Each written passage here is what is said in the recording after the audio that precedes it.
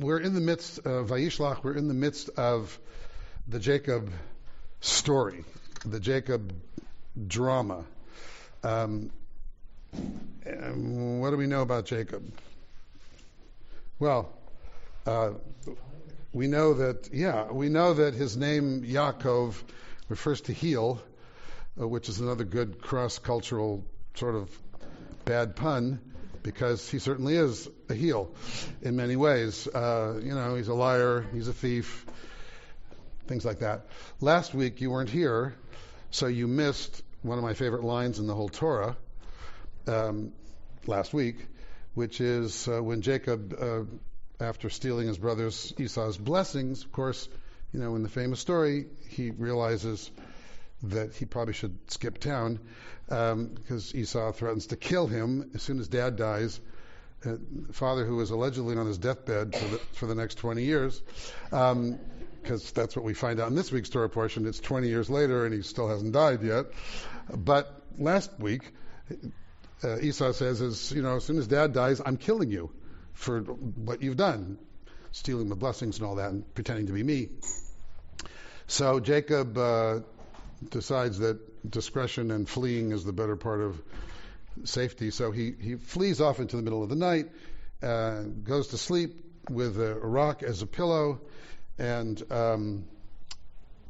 has this dream that's referenced in this week's Torah portion. He has a dream in which God is standing next to him, next to this ladder, the famous Jacob's ladder that goes up to heaven, and angels are going up and down. And he wakes up, and when he wakes up,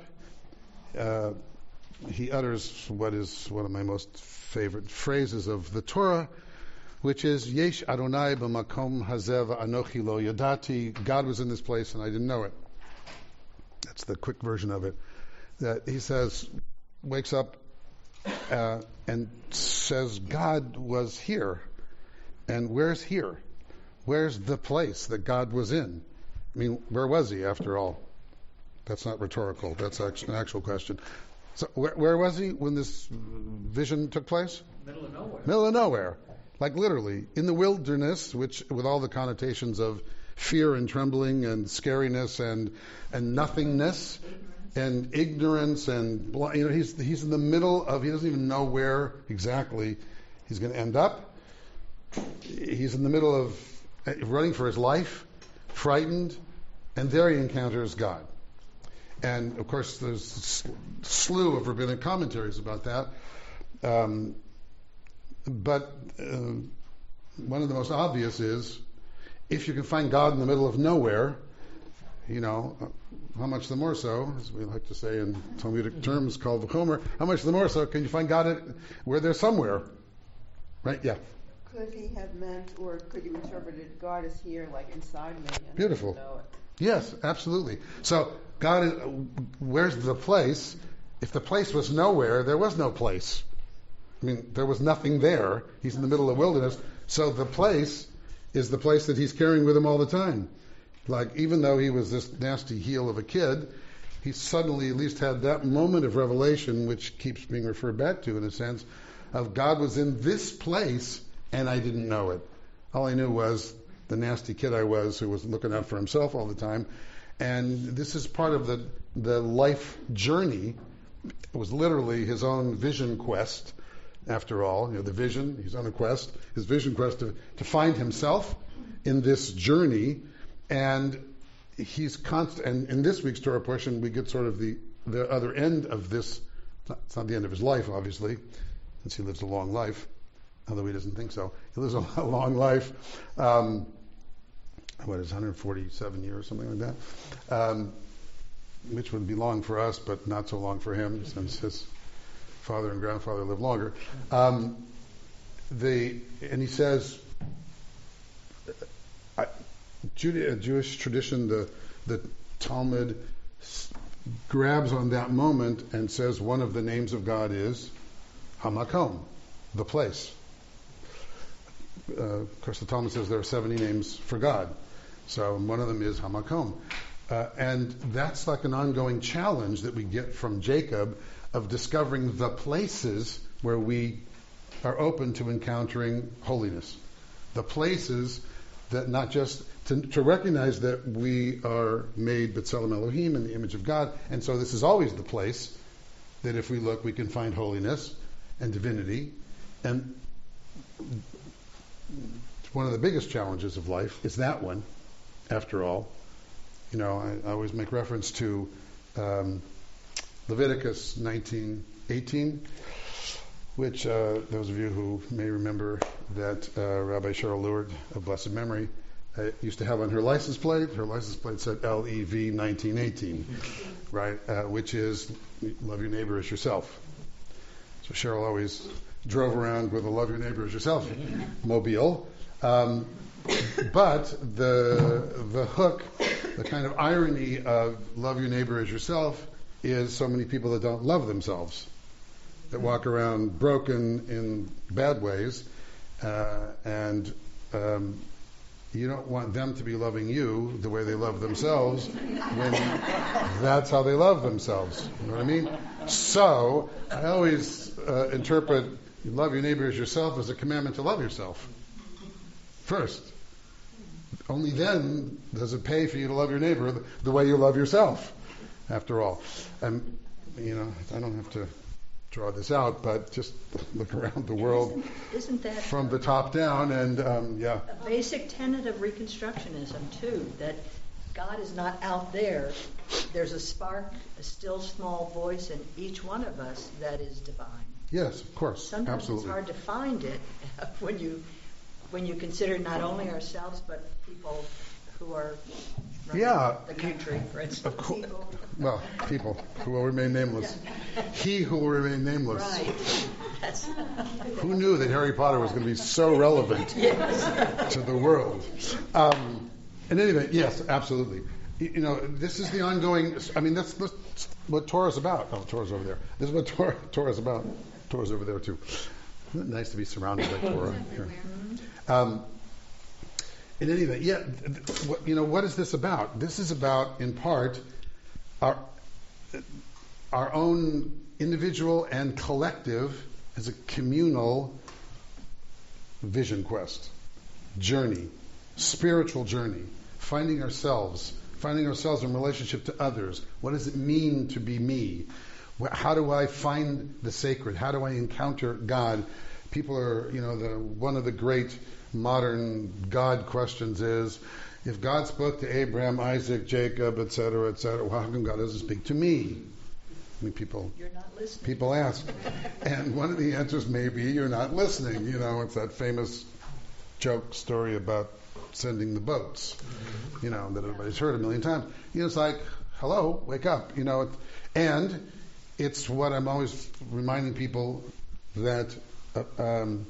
There's a reason the Jewish tradition says you wake up and you say what? Modani. Say Modani lefanecha melech chai v'kayam shachazarta bi nishpati b'chemla rabba emunatecha. You wake up and go, thank you, I woke up. In one language or another. Thank you for returning my soul to me. The whole notion is amazing anyway. Very mystical and Kabbalistic, and that your soul leaves your body while you're sleeping, hangs out with God, gets rejuvenated, and then, as long as you're paying attention, and then longing for Amy, and then gets put back in your body when you wake up. It's like that's this notion. We're not the only ones that have that kind of notion. Some other cultures do too, but we certainly do. That this is what the process of and that every time you go to sleep, it's a little bit of death. The Talmud says it's 1/60th death when you sleep. It's just one of the reasons people get afraid to go to sleep, some people, and they don't sleep. This fear of what's going to happen when I close my eyes. But our notion is our souls are placed back in our bodies. We wake up and we go, gratitude. To have a lens through which we see the world is gratitude. That, and then we say a blessing over the physicality of our bodies. And if you wake up that way, begin the day, every day that way, it's designed, as our ancestors did, to transform the way you see the world as fundamentally an attitude of gratitude. Yeah, Judy. If I may say one more thing. You may. When I was studying at 16 to become a Jew, I studied with a rabbi who gave me a lot of books to read, and when I came back to talk with him, he said, "So what have you learned?" I said, "Judaism is very simple. It is that there's some power greater than our own egos, than our individual selves, and you can call it what you want, and that you should treat other people the way you want to be treated." And he said, "That's it. The rest is lace and adornment. But that's the essence." So we have here in this, we have the essence of Judaism being talked about here. Yeah. Why does Hillel put that in the negative? Do not unto others as you would not have them do unto you. Oh, Hillel had a problem. Why? Anybody? I don't know, I've heard it another way. Don't do unto others as you would like them to do unto you, because your tastes may be different. I don't know that Hillel said that. Hillel might have meant that. Anybody? What do you think? Yeah. I've heard it put that he said, "Don't do what is hateful to you to someone else," and I think that people could relate to that much faster. What is hateful to you, perhaps, and then treat others as you treat yourself. So, it's much easier to. First of all, yeah, I mean, there is no answer. No. I mean, there's no answer because none of us were there when he said it. So, and he didn't explain. I'm saying it this way and not in the positive way for a reason. So it's all speculation as to why, and mostly the speculation is along those lines that it speaks more clearly to people's motivations in life. And it's easier to follow, not to do things that you wouldn't want to have done to you. Which brings us right to domestic abuse. You know what I mean? It's an easier thing to remember. Okay, don't do that because I wouldn't want that done. Don't do that because I wouldn't want that done. And if you do that, well, it turns into the positive. Negatives and positives. Just like, Judaism, one of the most enigmatic parts of the Jewish tradition of the Talmud is the commandment to bless the bad as much as you bless the good in life. You are commanded to have, it's part of the whole gratitude conundrum. We have blessings over when bad things happen and blessings when good things happen, which you would think is counterintuitive. You wouldn't ever want to acknowledge blessings. Why would the rabbi say, bless the bad as much as you bless the good? From the bad than you do from the good. Excuse me. Not always. First of all, for sure, Not always. you learned, we call them growing pains. We don't call them whatever the opposite of that is. And people tend to learn, at least the opportunity is there, from challenges and difficulties. What else? Yeah. A wise teacher once taught me, you're not always sure which it is. The blessings and curses. Life is filled with blessings and curses, and you can't always tell which is which. So often in life, the things that start out as, in your mind, perceived to be blessings actually turn into the curses of life, and the things that start out looking like they're the curses turn into the blessings of life. Almost everybody I know has experiences like that. I got fired from the job, I got divorced, I got this, I got that. It was the worst thing ever happened to me, it turned into the best thing that ever happened to me. You don't know it at the time. That's part of this journey. This is what journeys are. Jacob had to flee for his life, and because of that, he got to grow, he got to experience, he got to end up with all these wives and have all these kids and have all these things. Blessings, curses, and his life was definitely, couldn't quite always tell which was which in his life. Several other hands were up. I was just thinking of another negative thing that's blessed positively. When you hear that someone died, you don't say, oh, it's terrible. You say, Baruch Dayan Emet, yes. Blessed be the judge. Yes, that's one of the blessings you say when bad things happen. As a matter of fact, is Baruch Dayan Emet. Blessed is the God of truth, God of righteousness. Yeah. Well, and hopefully you learn from these challenges and you grow stronger so that next time a challenge appears, you are stronger and better able to combat and deal with that challenge. Can I circle back on that question about Hillel and love your neighbor as yourself? You can. Just in thinking, love your neighbor as yourself is about how you feel. Do not do unto others is about how you act. Right. And so and they're not quite the same. In Judaism, I believe, it's more emphasis We're all into doing. on acting. It's how you act, not how you feel. You get tzedakah whether you feel charitable or not. We're into the doing. So, one more comment on that, and then get back to the text. But, you're with me, so you're stuck with my stream of consciousness teaching. The reason that, from a rabbinic perspective, the reason you bless the bad like you bless the good is because it's all from God anyway. Life is. It's all from God. So, otherwise, you're into this dualism and duality as if you were Zoroastrians or something, and there's a God of good and there's a God of bad, and when bad things happen, it couldn't be God because God only does good things, so it must be the God of evil or something, or there's the devil and there's God, or there's some kind of, and Judaism is much more holistic in the sense that there's a famous quote from Isaiah, which thank God for the good and the bad, the light and the dark. It all comes from the same source. And it's all part of the whole of the shlimut, the wholeness of life, the universe, and we may have limited perception, so we only see, it's like the elephant when people can't see and they're grabbing onto different parts, and this is what the elephant must be, and this is what the elephant must be, and this is what the elephant must be, because that's us, because we have limited vision.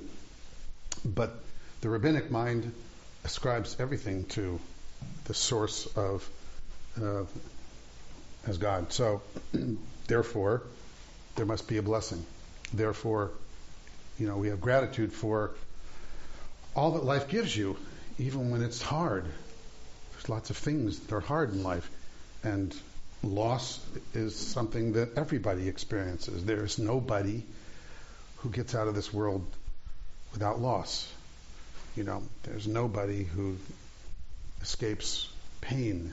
There's nobody who escapes sorrow. There's nobody who escapes suffering. And that wonderful quote from the priest at the Catholic Church here, grief is the price we pay for loving. Yes. That is so beautiful. Yes. And corollary to that is, since we're talking about gratitude, well, I am anyway, is that grief and gratitude are two sides of the same coin, literally. And I'd say it at virtually every funeral at some point, reminding people that they only have grief because they have gratitude. They only have grief because they care or they love about the person. You just read a name in the newspaper that you don't know, you don't have grief about that. You may have sorrow about the state of the world, that wars are going on and that crazy people are out there walking into churches and schools and whatever and just randomly killing people, which of course is a horrific thing, but it's not the same as grief for loss of someone that you know or love, or care about. And that's tied up with gratitude. Okay, in any event. So Jacob, we get back to actually going to get to the text eventually. But just to tell you, because I just love the Jacob story, it's so deep and intense. Jacob had 3 firsts in the Torah. He was the first lover in the Torah. When Jacob first saw Rachel, went up and rolled that stone off of the, flexed his muscles and tried to impress her and did this whole macho routine and kissed her and broke into tears. There's this sense of true love. Clearly, look what he went through for his love of Rachel, and working 7 years and then working another 7 years and all this for her, and in this week's Torah portion, trying to protect her more than everybody else as he's about to confront Esau with his 400 armed men, and he divides his camp, and then he puts Rachel and her son as far back as possible, hoping that at least she'll survive, if there's in fact destruction. Number one. And number two is he's pretty much the first self-made man in the Torah, although I would say Abraham was, but also that at least in this week's Torah portion, I'm going to actually have you read one sentence in the Torah. Won't that be exciting? So, you know what's happening right now. Esau's coming. Jacob has finally left Lavan with all of the stuff that his wives and children and everything else. So verse 8, Jacob was terrified. So anxious was he that he divided the people who were with him and the flocks and herds and camels into two camps. He thought, if Esau advances on the first camp and strikes it, the remaining camp will be able to escape. Then Jacob said, oh, by the way, this is now the third first, which is the first quoted prayer in the Torah of one of ours, that is, one of our ancestors, is this one. Eliezer kind of prays too. This is when he says to God, God of my father Abraham and God of my father Isaac, Adonai, who says to me, return to your native land and I will make things go well with you. I am unworthy, because God had just told him to leave in the last portion. I am unworthy of all the proofs of mercy and all the faithfulness that you have shown your servant. For I crossed this Jordan with nothing but my walking stick, and now I have become these two camps. That's the self-made man person part. I crossed the Jordan this way with nothing but a staff, and look at me now. 20 years later, I've got two camps worth of riches, of people and things. Save me, I pray, from my brother's hand, from Esau's hand. I'm afraid of him, lest he advance on me and strike me. Mother falling on child, yet you said, I will make things go well with you and make your descendants like the grains of sand along the seashore, which are too many to be counted. Which is a reference to the last week's Torah portion, when God makes a little promise. Don't worry, I'll take care of you. To Jacob, who says, I guess, if you protect me after that dream, you protect me, and I'm able to come back safely to my home, which he does in this portion finally, then you'll be my God. It's a little deal. Let's make a deal. Which he does. And so Jacob is referencing that. So therefore, we made a deal, remember? So don't fail me now, God, which he's about to do. Okay. So, and then the two powerful spiritual encounters in Jacob's life. The first one with the dream and the ladder, and God was in this place and I didn't know. And the second one here, which I want to read before we get to Dina. So, verse 25, famous second spiritual encounter, of course, which is the wrestling match of Jacob. Now Jacob was left alone, bless you, and a man wrestled with him until the rise of dawn.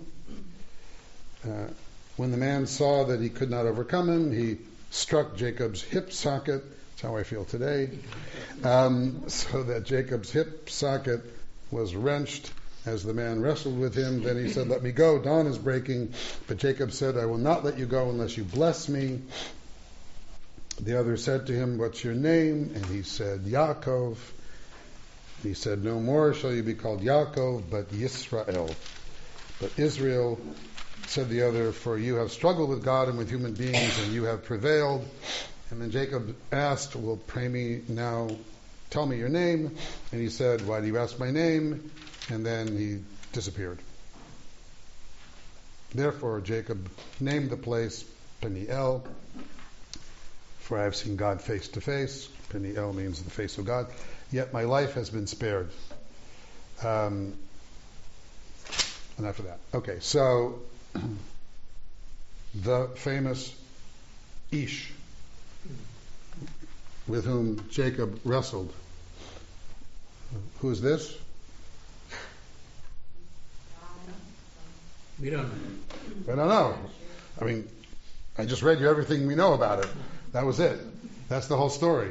One of those cute, cryptic Torah stories. What did the rabbis?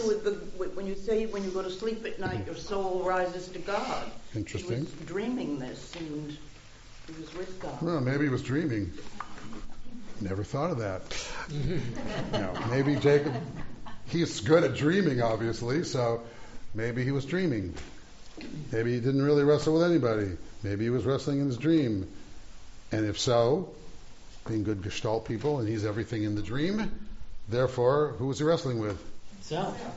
If had to be wrestling with himself, if that's the case, what was it about himself he was be wrestling with then? It's God's side. Godliness. We come back to Reconstructionism. God is within us. Come back to Jacob being this. How much has he changed? He's about to confront once again who he was running away from 20 years ago. We all know from our own humble lives how easy it is to be re-triggered by something from the past that we thought we left far behind. And all of a sudden, here it is again. And in so many ways you can be re-triggered. Certainly meeting up again with someone that you haven't seen since you were a child, or since you were in college, or since you were somewhere, or, I ran into my ex-wife not too long ago.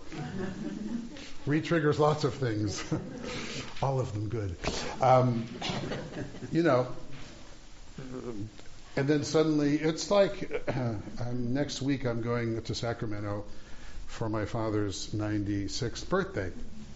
My mother's 95th birthday was in September, so we're going up for the day or overnight, and I'm 68, and every time I'm there, I'm about 12, sometimes 14 or 15, but I'm definitely not 68 when I'm there with my parents and my sisters. It just doesn't work out that way. My wife stopped going for a while, saying, I just can't handle you when you're you're a little boy. Suddenly becomes like this child up there. It was too embarrassing with my own child to be there becoming a child. So, but that's exactly what happens to all of us. Everybody. You slip back into parent, child, or whatever, sibling, you're like a different person. Well, you're not a different person, obviously, but parts of us stay with us. That's the other kind of therapy. No, this therapist. Systems that the child in you is always the child in you, and you're carrying your child around and trying to reconcile between the child that's you and the parent that's you and the adult that's you, and making those fit for the right occasions and the right setting. And when you dream, you are all the characters. Yeah, when you dream, you're everything. So that's part of this struggle, part of this experience here with Jacob, our dreamer, who then bequeaths that dreaming thing to his wonderful son Joseph, who's going to be the dream interpreter. But Jacob, here he is. He's wrestling with this Ish, all we know. Could be he's wrestling, obviously. One of the obvious ways of looking at it is he's wrestling with himself. He's wrestling with his Yetzer Tov and his Yetzer Ra, his good and evil inclination, all of the evil inclination parts, which were his childhood, his youth, his relationship with Esau, which was never good. Sell me your birthright, you're starving to death, stealing his blessings. I mean, it's like wrestling in mom's womb. The whole sibling rivalry thing from before pre-day one, pre-birth, all the way through to this moment. So, of course, he had a little bit of angst about Esau's coming with 400 armed men to greet me again. So, could be that, or what else? Yeah.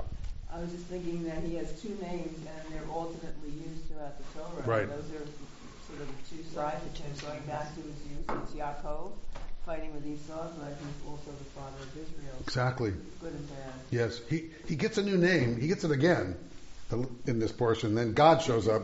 First it was this ish, maybe an angel, maybe whatever.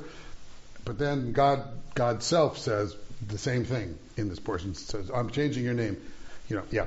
Rabbi, is there any special significance to the stranger saying, dawn is breaking? What has that got to do with dawn is breaking. Well, light is coming. Anybody know other sort of folk tale in my references? Rabbi, I watched movies where an evil werewolf or whatever right. he lost his power when exactly. The light's coming. But you know nothing about this stranger. So we don't know anything other than what's said, but we certainly know that in many cultures we have demons and river demons and river sprites and who when the light comes, like they have to be hidden. The light kills them. The light takes their power away, and clearly that's what's going on here. I mean, clearly he says the light's coming. I got to get out of here, which is why he made this quote deal essentially with Jacob. Okay, I'll give you the blessing. Let me go, because the light's coming. So it's almost a universal cultural reference to some power that's not human, totally, and that's with which you're wrestling. There's a famous, but I can't remember the name of the river sprite, the river Styx. Maybe that. No, there's a. No, doesn't matter. right. Doesn't matter. Same thing. That when the light comes, you have to get out of there. You have to let go. So that was the leverage that Jacob had, that everybody could relate to, because whoever this mystery being was clearly had to get out and disappear before the light came. That was the leverage to get the blessing. We've spoken before about how many of the stories in our tradition that we read in the Torah have great corollaries in the other religions of the world. Yeah, or folk tales or whatever. It's like, of that civilization. It's a reminder that human beings are the same. Right. That human mind, the way we create the stories we write, we're storytellers. Right. We tell stories. We have experiences. Everybody's afraid of the dark. More people are afraid of the dark than they're afraid of the light. So we have light and dark. And yet our stories usually have a difference. Noah is the last one we talked about, for instance, where Noah's surviving the flood was different from all of the other flood narratives that we read about in other cultures. Yeah. Because Noah didn't become a god. He stayed a man after that narrative. Listen, the whole creation story itself. Yes, other and cultures this may have be another one of those. Human beings are created as slaves for the gods or playmates for the gods, and we have a whole different take on creation itself. In the Midrash, in Midrashim about rabbinic stories about this encounter, which there are many also, this Ish is portrayed in a variety of different ways, because they also don't know, so they make it up the same way we are. One of them was Esau's guardian angel wrestling with, it's like the pre-fight. The fight before the fight. Huh? Yeah, well, it's the pre-fight, Esau's on his way. His angel went to take care of the problem first. His guardian angel wrestling with Jacob. And therefore, because Jacob vanquished his guardian angel, he showed up and acted the way he did when he got there, and there wasn't a fight. There's some midrash that refers to that. It was some kind of evil force, an evil demon that was conquered. Or the midrash refers to this, like we were just doing, and it's Jacob's own conscience. Or there was a fear that because he ran away from Esau the last time, maybe he was going to run away from Esau this time. Sent everybody ahead, and now I'm leaving. Goodbye. I gave him all these gifts. I gave him everything. Turned over everything to him, and now I'm going to leave. And so that there's midrash that suggests this was an angel to prevent Jacob from running and forcing him to confront his past and stick around and be there. That's why the thigh muscle that he then allegedly limped for the rest of his life. Run. So he couldn't really run away. It was like, okay, you're stuck. Face up to it. But we don't know, so it could be. But certainly, this blessing of getting a new name, he's not the only one who got a new name in the Torah, obviously. You get a new name, there's some powerful, significant shift that takes place in you. And with Jacob, as you pointed out, it's Jacob, Israel, Jacob, Israel, Jacob, Israel, the rest of his life. They don't drop Jacob. He's not always Israel, but he is Israel. And another thing that I love about this is, we say Avraham Avinu, Abraham our father. We should say Abraham our grandfather, because really we're all Jacob. We're all Jacob. Jacob / Israel is what we're called. We are all the children of Jacob. Those tribes, the children of Jacob. This community that became our people, the children of Jacob / called Israel in the broad sense. So this is who we are. Who are we? We're like flawed and struggling and flipping back and forth between our Yetzer Tov and our Yetzer Ra, our good and our evil inclinations inside all of us, the difficulty we have in holding to one path all the time, the best one, doing the right thing all the time, and we fall back. And who would ever imagine that Jacob, after experiencing Abraham and Isaac and what happens when you show favoritism to a child, the dramatic things that meaning he had to run away, he had to do that he would do the same thing all over again. Got all these kids, and then there's Joseph, It's like, what are you thinking? You're not thinking. Well, at least not with your brain. I don't know. You're thinking with some part of your heart, and it's overriding your brain. I love Rachel. I love her child. I love whatever. And, I have 11 other kids? Oh, no. 11 other boys? Oh, and there's a girl in here, too? Maybe there were other girls. We don't even know. Because, the way the Torah is, women are every once in a while mentioned, but certainly not in equality with men to this day. That's where we started earlier with sexual harassment and all that stuff that's going on in the world around us.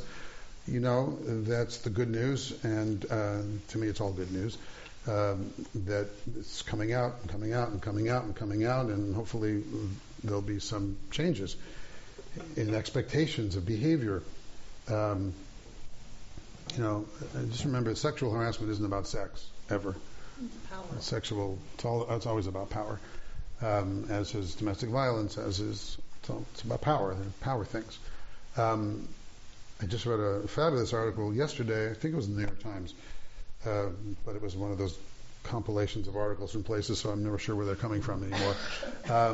It was co-written by a professor at Harvard and a professor at Tel Aviv University. The Harvard one was a male and the Tel Aviv University one is a female, about the one proven best solution to sexual harassment challenges in the workplace, which is pay women equally. Promoting women to management, having more women in management in power positions. As soon as you have enough women in power positions in any industry or any company or in any business, all of that dynamic shifts and changes. So, it's like when we read the Torah, when we read the not even Torah, we read rabbinic literature about men and women and all the restrictions for women in terms of talking or in terms of how they're supposed to dress, or restrictions against men being alone with women and those kinds of things that were part of that culture way back then. It's always based on the lowest possible expectations of men. well, you can't be alone with a woman because obviously men wouldn't be able to control themselves. You have to cover your hair because it's way too exciting for me and I can't possibly control myself and whatever. And all this stuff is presuming that men are the worst of themselves, uncontrollable and driven by their sex drive alone, and that is more powerful than their brains and will always overcome their rationality. And it seems more and more true, doesn't it? It's like frightening. But, that's the reason that burqas and all those other things from all these different cultures, it's not because of women, but because of men. Really, because of their perception and understanding of how men can or cannot have any do or do not have self-control. Which is isn't it tragically interesting that in sad. the Torah, we never have women, I shouldn't say never, but we don't often have women being told how to resist and how to stand up and demand. It comes so much later. Yes. So, I did promise I'd say something about Dinah. So let's go. So Dinah is chapter 34. If you got a green book, it's page 190. This is the rape of Dinah.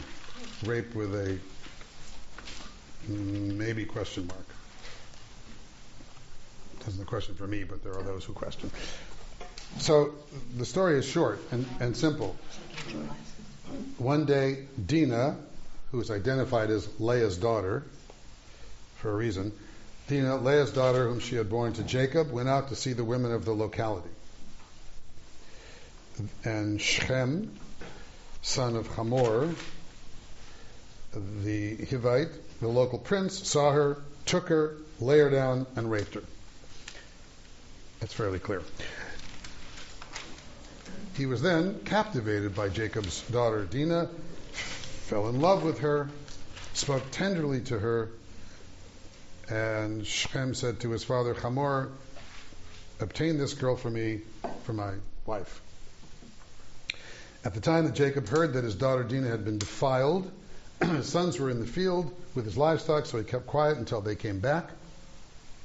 Shechem's father Hamor now went to Jacob to speak with him, and meanwhile Jacob's sons had returned from the field. When they heard, the men were grieved and became extremely angry, for he had committed an outrage against Israel. Notice the description. He committed an outrage against Israel by lying with Jacob's daughter. What happened to her? It's like, it wasn't an outrage against her? No, it was an outrage against her father, that he had raped his daughter. Such things were not done. Hamor now spoke with him, saying, "My son Shechem has set his heart on your daughter. Pray give her to him to be his wife. Make marriages with us, give us your daughters, and you yourselves take our daughters. Live among us, and the land will be before you. Settle and trade here, and acquire property here." Shechem said to Dinah's father and brothers, "Let me find favor in your sight, and I will give you whatever you ask. Exact from me bridal money and gifts to excess, but I'll pay whatever you demand of me. Only give me the girl to be my wife." The sons of Jacob answered Shechem and his father Hamor deceptively, speaking thus because he had defiled their sister Dinah. They said to him, "We cannot do this thing, giving our sister to a man who has a foreskin. For this is a shame to us, only on the condition that this condition will we consent to you if you become like us by having every one of your males circumcised. Then we would give you our daughters and would take your daughters and settle among you and become one people. If you do not listen to us and consent to be circumcised, we'll take our daughter and leave." By the way, they didn't have their daughter. Their daughter was stuck with Shechem at the time. He didn't return her. He kept her so far. Their words seemed good to Hamor and Hamor's son Shechem, and the youth did not delay doing this thing, for he yearned for Jacob's daughter, and he was preeminent in his father's household. So Hamor and his son Shechem went to the gate of their city, spoke to their fellow citizens, saying, "These people are peaceably disposed toward us, and like us toward them. They will settle in the land and trade here. Plainly, the land is open wide on every side before them. We'll take to wife their daughters and give our daughters to them, but only on this condition have these people agreed to settle among us, become one people. Every male among us must be circumcised as they are circumcised. Their livestock, their possessions, all their animals will be ours." Sounds like a good deal. What's a little foreskin in exchange for all of these animals? "Let us consent to them that they may settle among us." All who went out to the city gate listened to Hamor and his son, because they were in charge after all, and every male, every able-bodied man was circumcised. And then on the third day, when they were in the greatest pain, the two sons of Jacob, Shimon and Levi, Levi, Dinah's brothers. They were her full brothers, Leah's sons. Each took his sword, went undisturbed into the city, and they killed every male. And they also killed Hamor and his son Shechem by the sword. Then, taking Dinah from Shechem's house, they left. Jacob's other sons went over the slain, and they plundered the city and took everybody captive who was left, whose inhabitants had defiled their sister, taking their sheep, their cattle, their donkeys, and everything that was in the city, their wealth, their little ones, their wives, and all that was in the houses they seized as captives and as spoil. Jacob then said to Shimon and Levi, "You have made trouble for me by making me odious to the land's inhabitants, the Canaanites and the Perizzites. Since I am few in number, they will gather themselves against me and strike at me, and I and my household will be destroyed." But they said, "Should he then have been allowed to treat our sister like a prostitute?" And then God said, "Oh, time to leave." Again. Go home. And he went home. Okay, that's the story. What do you make of that story? What deception? A lot. It's the first honor killing. First and only. That's exactly Yeah. what it is. Honor killing. Exactly. Yeah. Well, you think this Middle Eastern thing is like not about us? All this Middle Eastern stuff? No. Yeah, honor killing. Clearly. And honor. The only thing they didn't do was kill her, which is what takes place now in other cultures, which will remain nameless. But they killed the girl.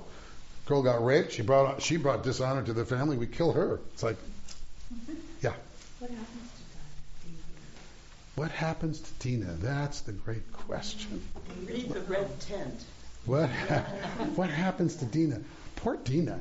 First of all, from Dinah's perspective, let's assume she got raped. Dinah's perspective, she got raped by this man who was then willing to marry her and make her legitimate in a world in which being an unmarried, defiled virgin was not a good status to have in the world. Made her an undesirable with no status at all. Had she married him, had they actually done that, at least it would have given her credibility and given her status in the world, which her brothers then took away from her by killing them all. So what happened to Dinah? Do we even know?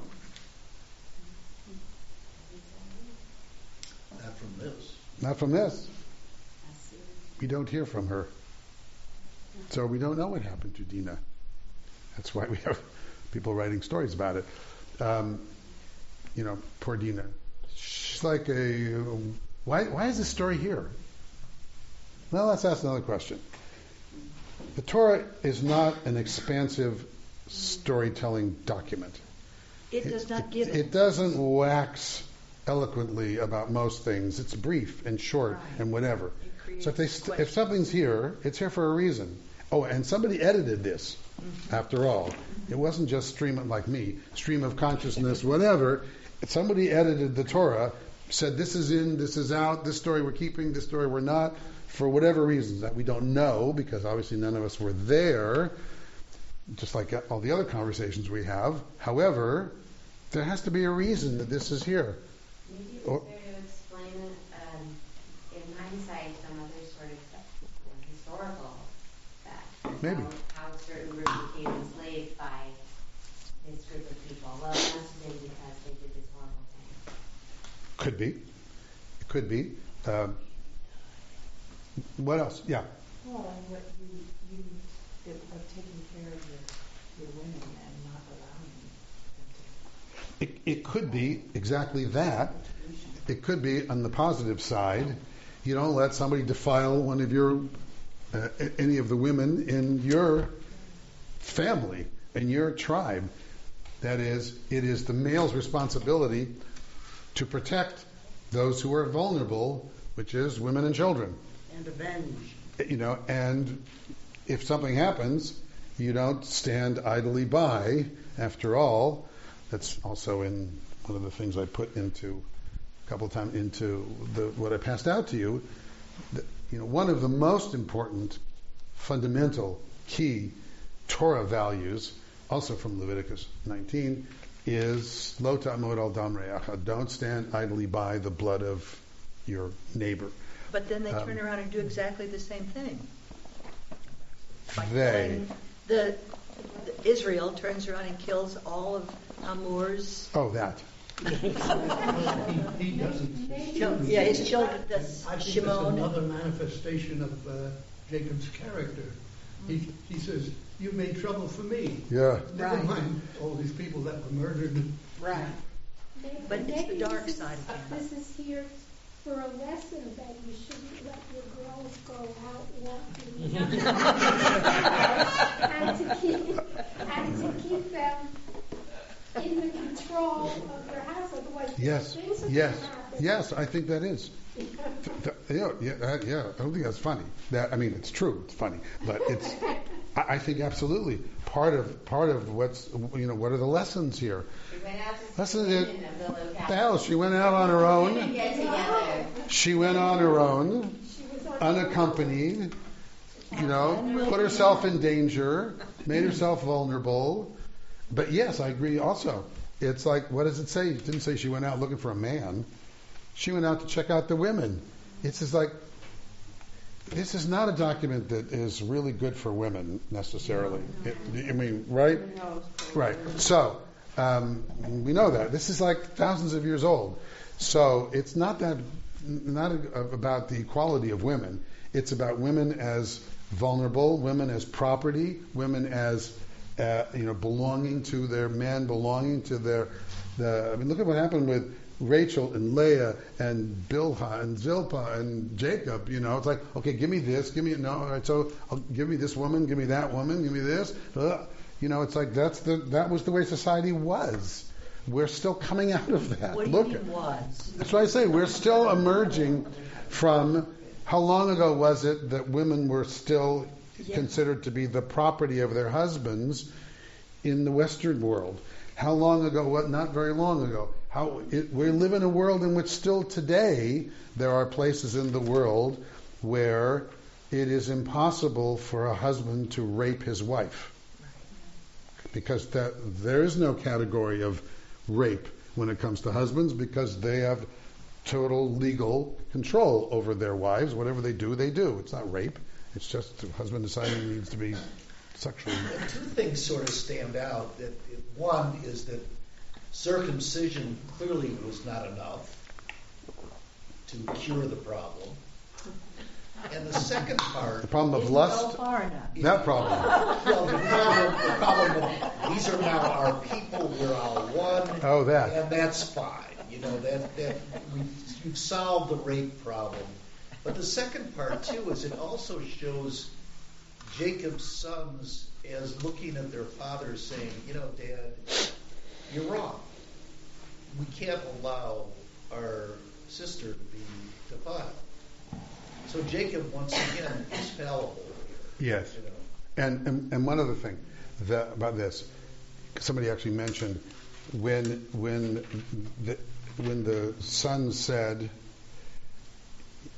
the act of raping Dinah was an insult to Israel, who is now theoretically this exalted figure. Notice who it is at the end who says to the boys, "Oh my God, you've made trouble for me, blah, blah, blah, blah." Jacob then said to Shimon and Levi, so and so and so, right back into the Jacob. Right back into the Jacob. And constantly playing back off of the Jacob, Israel, Israel, his higher self, and his not so higher self, his higher self, and his not so higher self. Yeah, a couple more things and then time's up. A question with the destroying all the men and the concept now of proportional response. Proportional response. Yeah, that's always a tricky thing. Yes. Deciding what's proportional and what's not, what's appropriate and what's not. Just a quick question. In terms of the translation, in the Green Book, in verse 7, it's an outrage against Israel. Yeah. And in the red book, it's an outrage in Israel. So in the green book, there's the connotation that this is a personal thing, whereas in the red book, so I guess, and I don't understand the Hebrew as to what it actually says. The person or the people. Right. Well, actually, I guess you could just interpret it either way. I mean, the Hebrew is Vayisrael. I saw Vayisrael. The bet normally is sort of in Vayisrael. So, but this was a women's translation, so they chose it on purpose. I'm just saying they chose that sense of it on purpose. Because it's, Hebrew's so ambiguous. And which one does the women's study? Against. Outrage against Israel by such thing. Navala asa b'Yisrael. So, and it's also the editors of this knew, don't forget, that Israel always had a double meaning. Israel was always the person and us. The person and us, because this was edited long after, not contemporaneously. So Israel is it's like you're looking at this. Some of it is the person Jacob, and some of it is a metaphor, in essence, for all of us collectively as a people and how we are. So yes, it was an affront to us as a people, and it was an insult to him as an individual. So it's sort of both of those things.